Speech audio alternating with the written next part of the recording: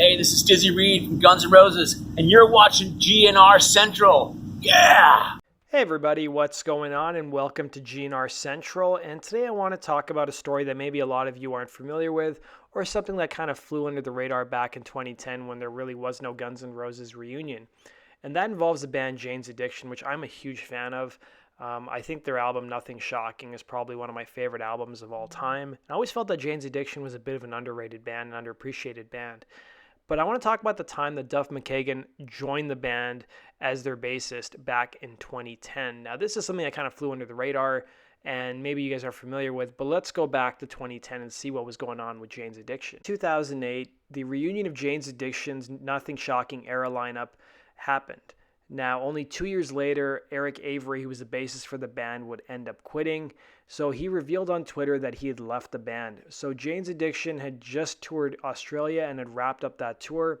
And Avery wrote on Twitter, "That's it. With equal parts regret and relief, the Jane's Addiction experiment is at an end." So Avery had previously fueled rumors that he was on the outs with Jane's Addiction after tweeting in January of 2010 that he was not participating in the band's writing sessions. Yes, Eric Avery has left the band. More to come, but wish him all the best, Dave Navarro confirmed on Twitter. So Avery never really seemed completely sold on Jane's Addiction's reunion. And when Rolling Stone talked to him in 2009, he said he's always been opposed to reunions. He said, "I just didn't like the idea of doing reunions, period. I could only see it as I'd just be going over the same old ground. I'm only years older and fatter, and I'm just doing an older, fatter version of myself."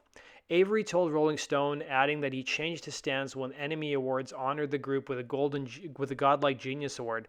He said, "Later I thought more about it, and I thought this really isn't really that different. They aren't asking me to relive some days gone by. They're just saying let's honor the past, and I decided to do that." So the reformed Jane's Addiction went on to rock South by Southwest. They toured with Nine Inch Nails and headlined Lollapalooza, but Avery told Rolling Stone that the clash of personalities that tore the band apart just 2 albums into their career still remained. He said, "People make it a lot about the interpersonal relationships, and there is some sort of tension there, but for me it's just about, are we good?" Avery said.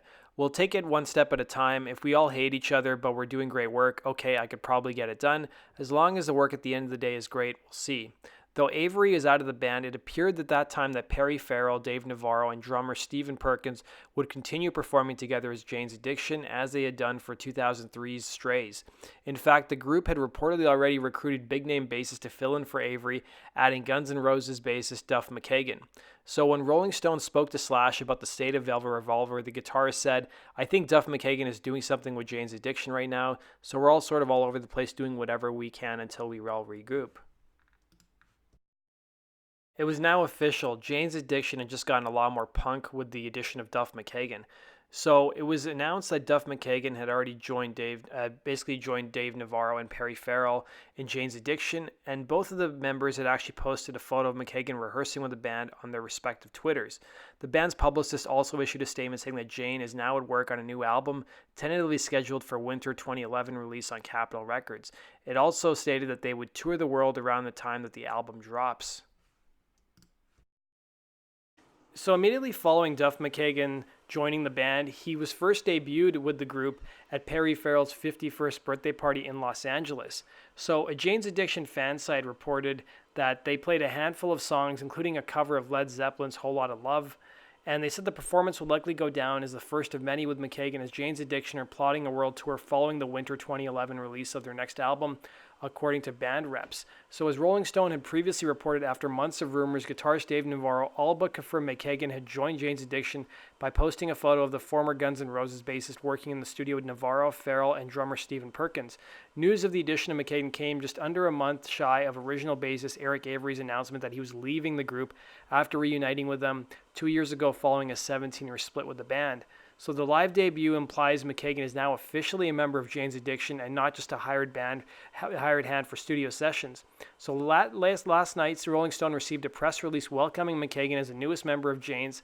And if anyone still needs any more evidence, Navarro confirmed on the Dark Matter podcast last night that McKagan is now a member of Jane's Addiction. So Duff's stay in the band would be pretty short-lived. About 5 months after it was announced that he was joining the group, It was then revealed that he was leaving Jane's Addiction. So at the time he left, they hadn't yet announced a replacement for him. So following Duff's departure, he was going to go work on his own stuff with his own band Loaded. And Perry Farrell posted a statement on Twitter saying, "Janes wishes Duff good luck with his band Loaded. What a fun time we all had working together." So Jane's Addiction around this time were going to be performing at the Tony Hawk's benefit concert in Los Angeles. And at that time, they hadn't yet announced a replacement. Not too long after Duff left Jane's Addiction, frontman Perry Farrell gave an interview where he was asked about Duff's departure. So he said, "I couldn't really tell you what his problem was," says Farrell. "You can ask him. He's calling it creative differences. I know he didn't like the idea of electronics at all, and that was his complaint. We've got our gripes too, but what's the point?" Now, Perry Farrell wouldn't be the only member of Jane's Addiction to comment on collaborating with Duff McKagan after he left the group. So in October of 2011, Jane's Addiction would finally release their fourth studio album called The Great Escape Artist. Now it features collaborations with Duff McKagan and Dave Sitek, who was with the band TV on the Radio. As I understand, Dave Sitek was Duff's replacement after he left.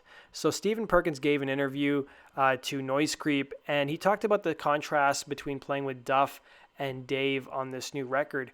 So he basically said the Duff stuff we wrote in someone's house on acoustics.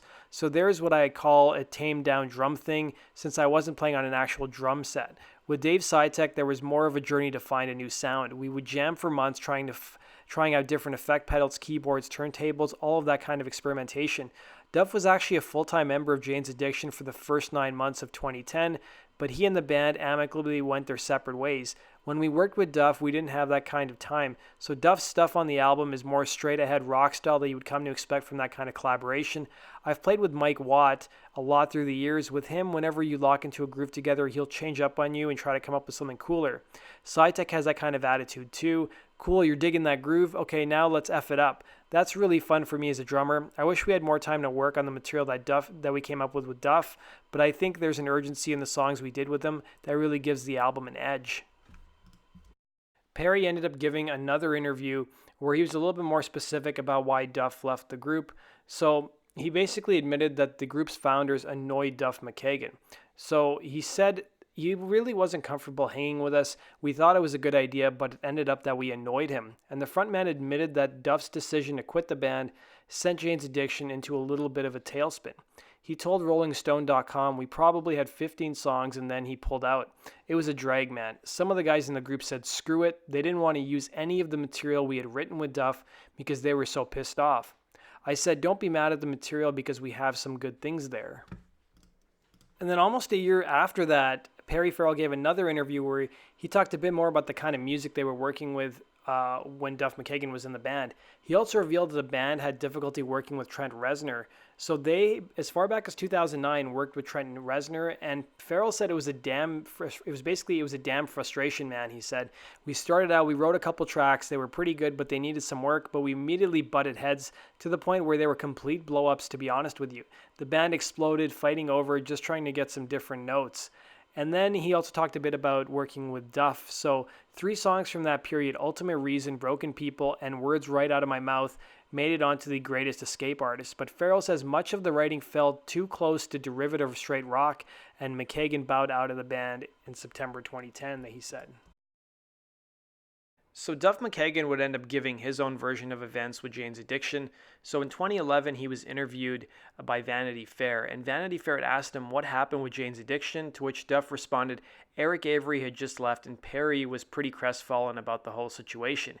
He asked me if I could come in and help them write a record. I said we could try, so we went into Perry's garage, and original Guns N' Roses drummer Steven Adler and I used to go watch Jane's Addiction at the Music Machine in LA. There wasn't a lot going on in LA back then. Flash forward 25 effing years and here I am.